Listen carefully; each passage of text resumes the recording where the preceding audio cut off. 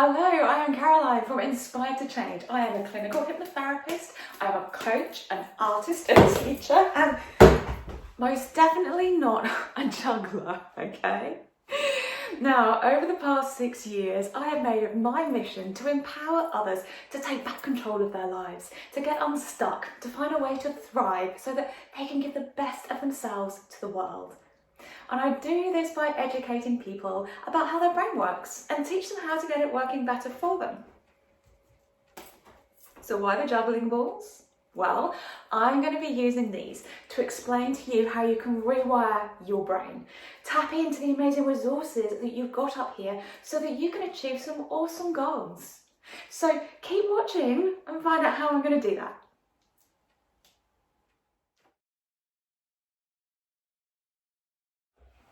Welcome to week 4, and this week we are going to be looking at the I in Rewire, imagination. This is all about mental rehearsal. Do you know just how powerful your imagination is? Mental rehearsal engages the same area of the brain as if you were actually completing the task itself. Studies have shown that imagining lifting weights in the gym can increase muscle strength by up to half as much as actually doing it, which is pretty cool. The visualizing brain is sending micro signals to the muscles, causing them to contract and strengthen. And this is now being used in rehab clinics for people who've had strokes or accidents, that mental training to improve muscle strength, which I think is really amazing. Musicians commonly rehearse songs in their head as the mental rehearsal activates the same sensory, motor, auditory and emotional circuits in your brain as if you were playing the song itself. Mental rehearsal also allows your brain to think that it's done the task before. Your brain doesn't actually know the difference between imagination and reality. And if we think we've been able to do a task already, then we are much more likely to get over any nerves or doubts we may have and just crack on and do it. Mental rehearsal is used as a normal part of training for top sports stars and teams, and it's often the difference between coming in third or standing on the top podium. Visualizing every aspect of the coming race, right from waking up that morning, feeling excited and confident, to imagining themselves on the starting block, feeling steady and ready to push off, but seeing themselves finishing the race in a certain position or within a certain time. Right up to them standing on that podium, receiving that medal, and importantly, how that is going to make them feel. And that's really important here. It's not just imagining the act we are doing, but imagining how we will respond emotionally to that. How will it feel when we carry out that action or achieve that goal? Now let's go back to those pathways in our brain that we were talking about in the earlier lessons on R and E. Now, if you haven't watched them yet, what are you doing here? Go back and watch the videos in the right order to get the most benefit from these lessons. Now, we've been talking about the connections in our brain as a series of pathways, multiple pathways, some easier to navigate than others, those well-worn pathways in our brain, the ones we keep going down again and again, those neurons that fire together, wiring together. And always with the option of creating new pathways, which is what we've been focusing on so far. Now, when we're standing at a junction, perhaps at a crossroads in these pathways, wouldn't it be fantastic if we had a sat-nav to help us choose the best route? Now, I don't know about you, but my dyspraxia means my sat-nav is a vital part of my life. As someone with no sense of direction, no sense of left and right, let alone north, south, east and west, having my sat-nav to guide me takes out all of the stress of getting to my destination. It means I don't need to make choices. Once I've punched in the postcode to where I want to get to, I can rely on my sat-nav to figure out the best route to get me there, which means I can focus on just following its instructions. Even if a road gets closed, I can trust that it will recalculate and find me the next best route. Never has my sat-nav decided to take me somewhere different or tell me to turn around and just go back home. And our brain works the same. Using that powerful imagination you have to visualize the end result you want to achieve, both emotional and actual, is your way of punching your postcode in to your sat-nav brain. And once the brain knows exactly where we want to get to, just like our actual sat-navs, it's busy in the background, figuring out the best route to get us there, accessing all the information it has tucked away in our memories about how we've done similar things in the past or how we've seen other people do similar things. And if we come across an obstacle in our journey, it'll just recalculate and find you the next best route to get you as near to your end destination as possible. And this means that, just like with our car sat-nav, we can focus on each small action that needs to be taken. Take the next left. Go right at the roundabout. Trusting that each of these small steps is part of our bigger journey to get to our end destination. Now, we don't actually have a sat-nav in our brains, so what is happening in there to make this work? Very basically, this knobbly bit, the bit right at the front of your head here, in here is a part of your brain called the dorsolateral prefrontal cortex. Yeah, bit of a mouthful, isn't it? A much easier way to refer to this part of your brain is to call it the boss.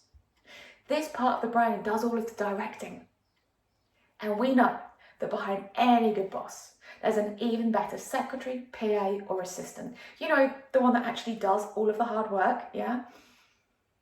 The secretary part of our brain is called the anterior cingulate. Our secretary has access to all of the information stored in our brain from our past experiences. So when our boss sets a clear instruction, by visualizing the outcome we want, setting that postcode, our secretary is able to get to work matching that visualization with information we already have and starting to formulate our best route. Creating that vision of the end result you want to achieve actually changes new information your brain shows to you too. Remember, your brain is constantly filtering something like 40 billion pieces of information thrown at you every second, deciding which ones to show you. It filters out anything that might be relevant and important to us. Your visualization has just told the brain something new about what is relevant and important. So it will now be looking for new information to send to the secretary that might help you to achieve your goal. It's kind of like having the traffic option turned on in your sat-nav. It allows it to take new information into account. So this is great. We can get our brain busy in the background, helping us to create those fine adjustments that mean we hit the right notes, not the bum notes. Those fine adjustments that mean we make a slight change in how we're moving to help us to reach the highest speed in that race.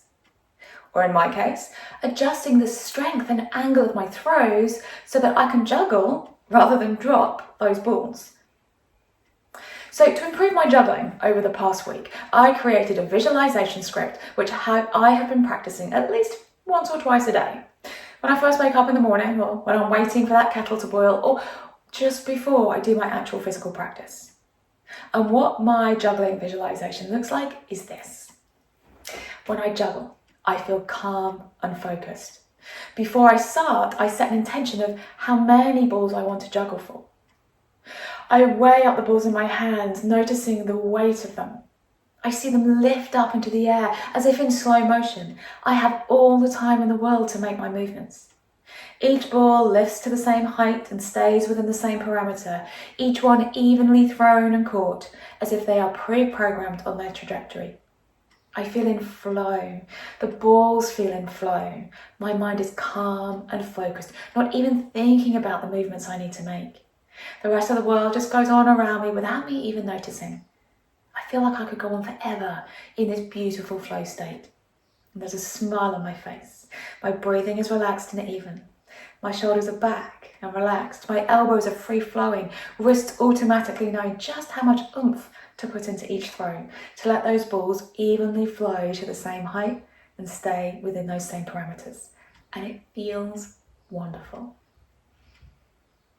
That is my visualization.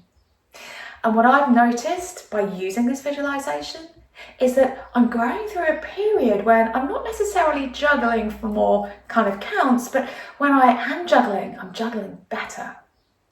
Because I put in a lot of focus there on about the balls being the same height and trajectory. My brain is now adjusting my technique to fit that. There are moments when those balls feel like they are going through slow motion and that I have all the time in the world to make my movements. My throws are getting more even. I'm finding my flow.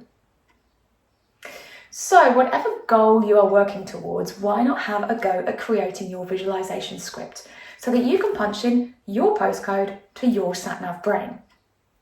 The key things to include in your script are a basic picture of your end goal, but then add to it with as much detail as you can about what it will look like and, importantly, what it will feel like. You can include other people in your visualization as well. Perhaps they're cheering you on as you succeed. Whatever you want your final achievement to look like, build that lovely visualization. And then practice it again and again and again. Include mental practice along with physical practice and see how you really start to progress. So, should we take a look at my progress and see how I'm getting along?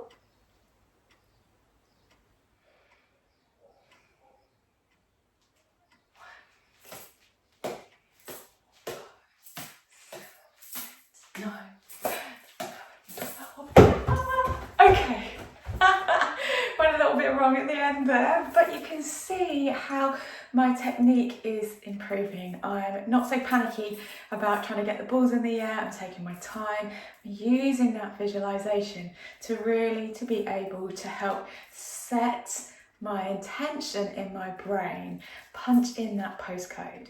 So have fun building your visualization script. Let me know how you're getting on. I want to see what you guys are doing and how you are going on your journey to achieve your goals. So join me next week where we get to find out what the second R in Rewire is all about.